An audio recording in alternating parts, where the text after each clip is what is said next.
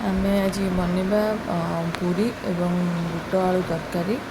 पूरी बनवाई मुझे किसी अटा नहीं तो मैदा पूरी देहपाई तो भल नुह मैदा तो मुझे अटारे पूरी करे तो अटा किसी नहीं लुण कि आड कर हल्का किसी तेल पकईदेवे।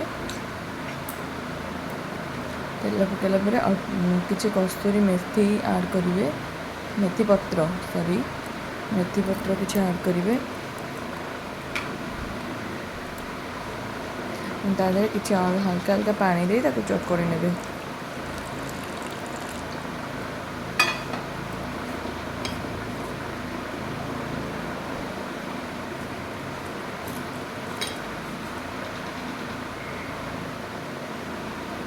चकड़ी किसी समय छाड़ीदे हवाई 15 मिनट खंडे छाड़देला पूरी बेलवा तो मुझे चकड़ी देती भलसे चकड़ी घोड़े देती।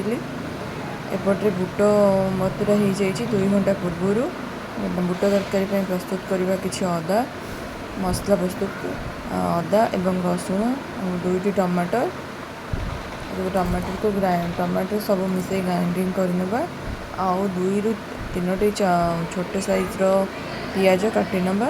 देखो मोर मसला ग्राइंडिंग हो जाए। बुट एवं आलू को प्रेसर सीटी मार नहीं कढ़ई बसैबा किसी हल्का तेल दबा तेलटा ताती आसला किसी जीरा आड करवा।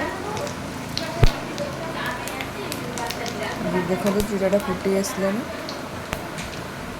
जीराटा फुटी गला कटी रखा पियाज को आड करवा। पियाज ये हल्का ब्राउन कलर हवा जाए हल्का नहीं पूरा ब्राउन कलर हवा जाए भाजवा भले से भाजी नहीं पियाज को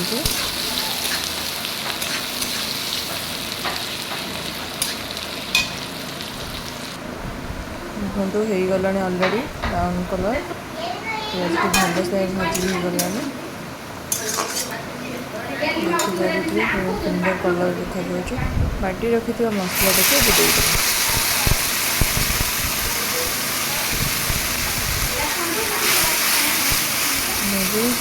मसला टी 3 ରୁ 4 मिनट जाए कषिदेगा तार हानिका जो कंचा मसलार बास्ना जो बाहर तापर आम आड करवा सिझे रखी बुट एवं आलू बुट आलू एकाथर हलदी और लुण दे दी तो पचर लुण हलदी पकई ना केवल आम पड़ी लंका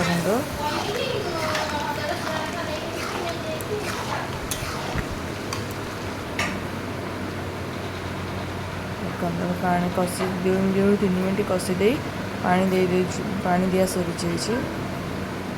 गोटे पूरी करने तेल बसई नहीं अलरेडी भी गरम हो आसला आम तरकारी 10 मिनट फुटला देखो केमती टकमक ही फुटुची हो गला तरकारी